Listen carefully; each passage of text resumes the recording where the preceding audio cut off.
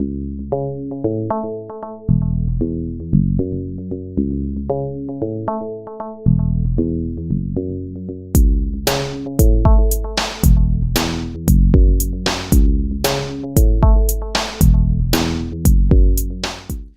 going on, guys? It's your boy RJ. Welcome to Over the Top Rope, the first episode of Over the Top Rope. Now, y'all can get tired of seeing my face because I'm going to start posting videos like crazy on this jank. you know. But this is the first episode, like I said, of Over the Top Rope, where we cover what else but wrestling. You know how big a wrestling fan that we are.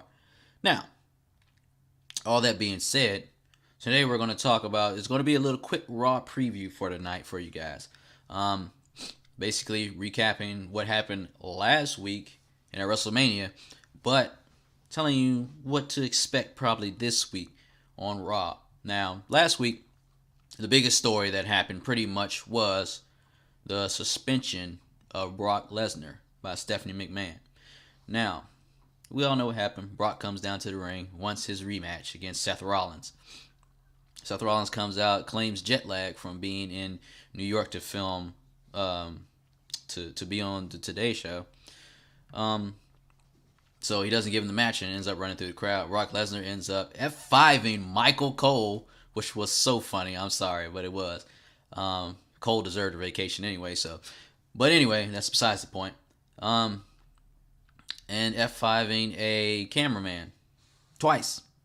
So Stephanie suspends him indefinitely and is going to end up fining him. And I guess we're going to find out all the terms of the suspension and the fining tonight. Now, Brock and Paul Heyman will probably be off TV until SummerSlam, more than likely. Well, he'll end up facing the WWE champion at the time. Or unless they try to put him in another angle with somebody else. But I see the WWE championship match probably will happen. Now, I expected it totally right after WrestleMania, after we found out that Seth Rollins would cash in and win the belt. I totally expected Brock to take some time off, being that he signed a new deal anyway.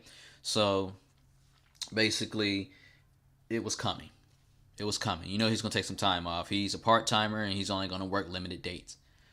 So, like I said, you probably won't see him again until SummerSlam. Now, my speculation he'll probably end up facing Roman Reigns again. I think Roman Reigns will probably be given the belt by then.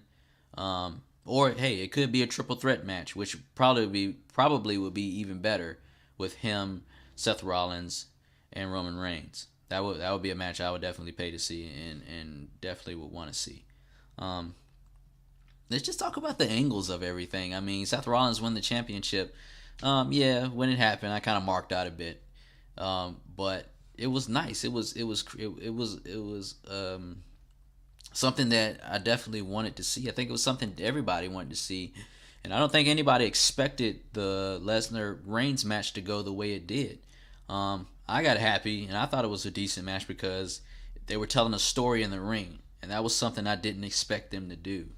I expected them to bring Super Roman, as in Super Cena, coming up and trying to hang in there with him, but as they would say, Suplex City happened at the time. But like I said, it told a story in the ring where Roman's sitting there taking all that punishment and sitting there saying, "Give me some more," you know. But the match was well done, and it capped it off at the end with Seth Rollins. But for now, heading into Extreme Rules, I guess we're going to end up seeing Seth Rollins versus Randy Orton. Now, my question is, where does Roman Reigns fit in all this picture? Are they going to put him in another angle with somebody else, or are they going to insert him into the match at Extreme Rules? I don't know. I don't really see where this is going to be playing out at the time. But, hey, it is what it is.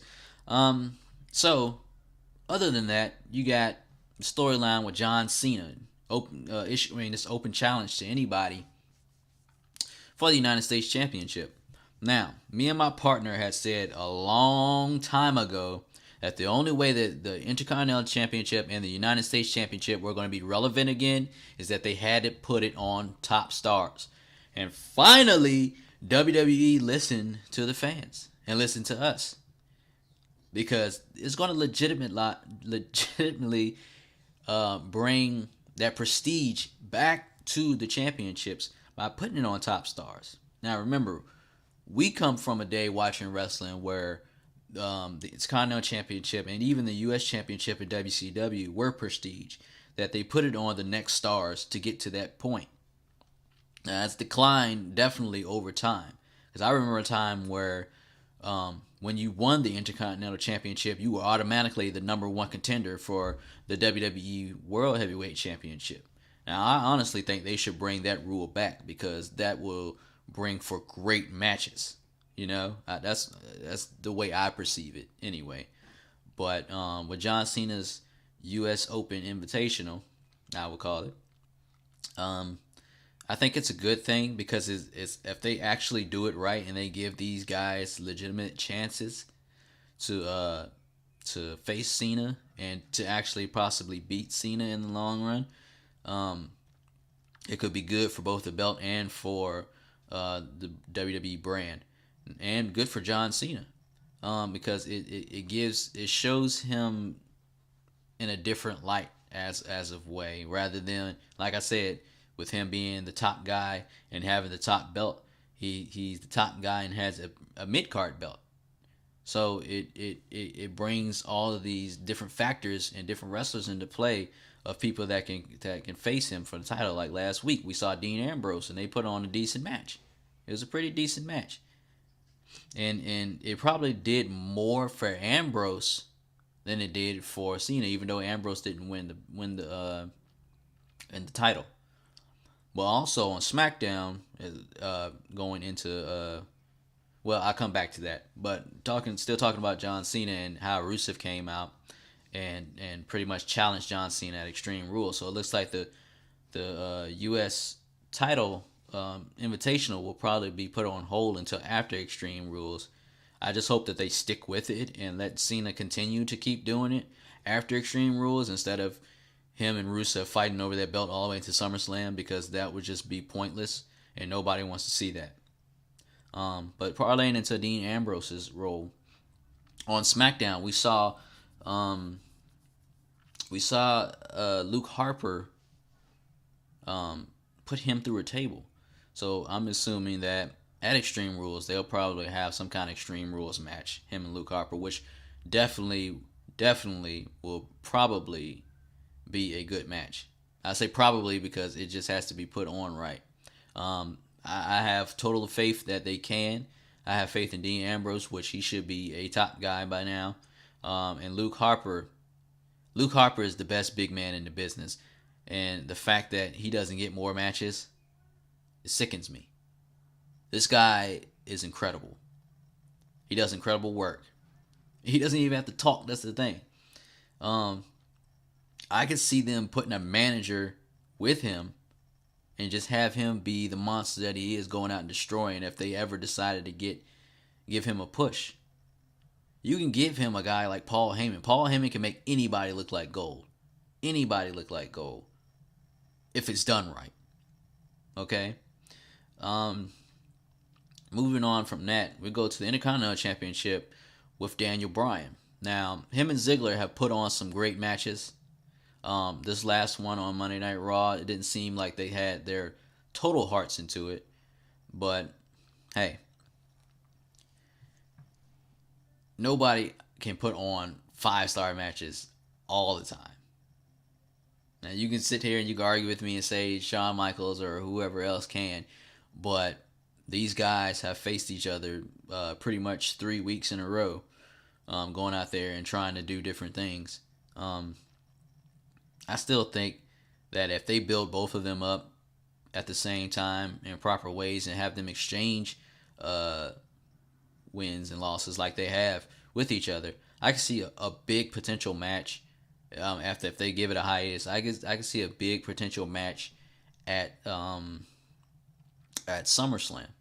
I could actually see them doing something that they said they might do in the past, and that's unify the United States and Intercontinental Championships by putting the United States Championship on Dolph Ziggler and having Bryan keep the Intercontinental Championship and having them unify the titles at SummerSlam. That would be a huge match, in my opinion. A huge match.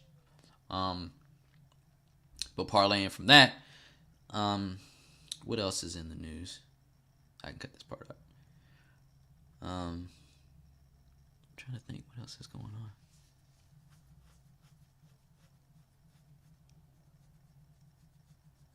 What else is going on?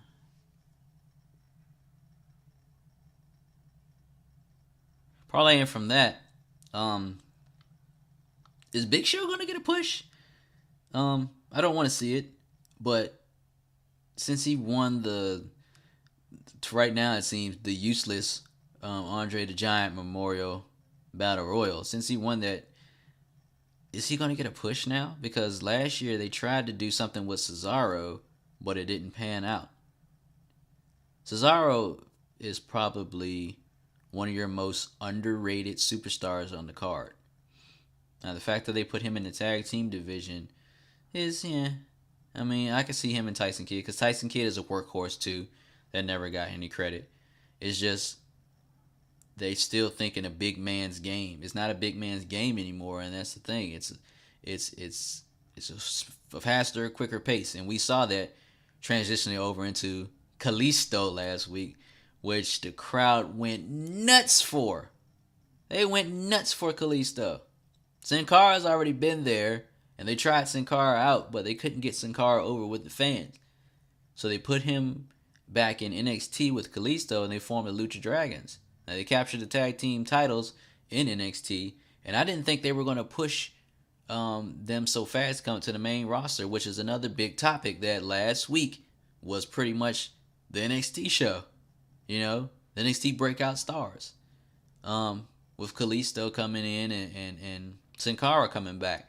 Now, obviously, they're probably going to enter them into the tag team division and tag team titles picture, which they have right now. Them, Tyson Kidd and Cesaro, the New Day, the Usos, which you call it, is on the shelf right now, and I don't know when he'll be back. And the Ascension, which they haven't even been in any of these tag team matches except for last week in that 8-man tag. So I'm sitting here thinking like, maybe they're finally valuing the tag team belts again too, because now they're starting to bring all these tag teams into the picture, which is awesome. It can only go up from here. It can only go get better with the tag team division. Now, addressing the whole New Day thing, I knew it wasn't going to get over from the beginning. I thought it was a huge joke. I know that they should have, from the beginning, which the rumor was, created a new Nation of Domination. That would have gotten over way better than this little gimmick that they have right now.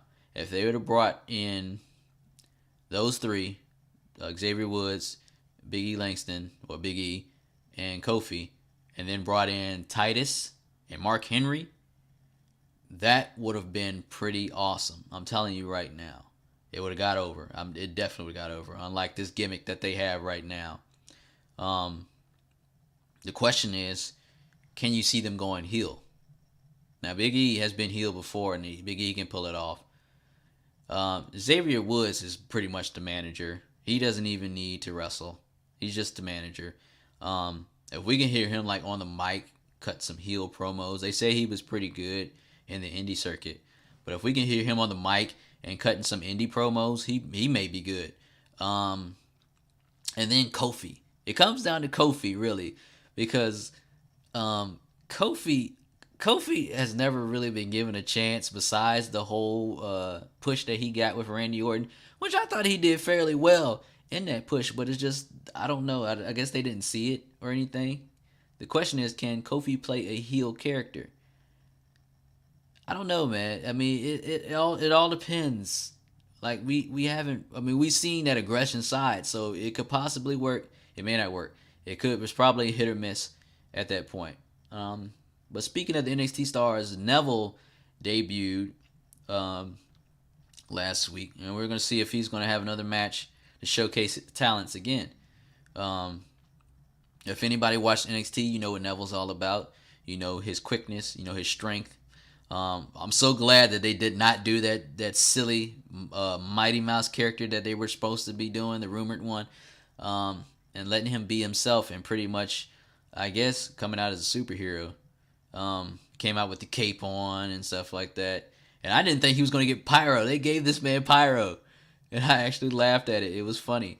But Neville, I think Neville. I mean, honestly, let's be honest. Neville's probably doomed to mid card, but he can wow some fans and create a little bit of excitement in the long run.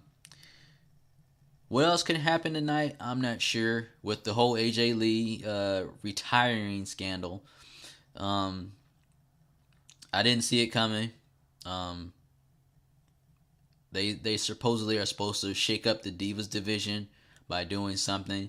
It looks like Naomi may finally get her chance at the belt and actually win the belt from the Bella Twins. Um, I don't even know what to say about the Divas division. They need help. They need people. Um, I can't believe they let Karma slip through their fingers and back up on TNA, but that's another story for another time. Well, guys, this is my Raw preview. I'm going to watch it when I actually get home. I have to work overnight tonight, and I'm going to give you guys a Raw Fallout, if you want to take their lingo. But a Raw review will be posted tomorrow. Make sure you guys check that out. Make sure you like, subscribe, and comment on this video. Guys, you can follow us on Twitter at E4E Network. You can follow us on Instagram on E4E Worldwide. You can follow me on Facebook at MCRJ. Guys, this has been Over the Top Rope with Ryan Jones, MCRJ. Thank you, guys. Thank you for everything. Thank you for the support. And hey, catch you later.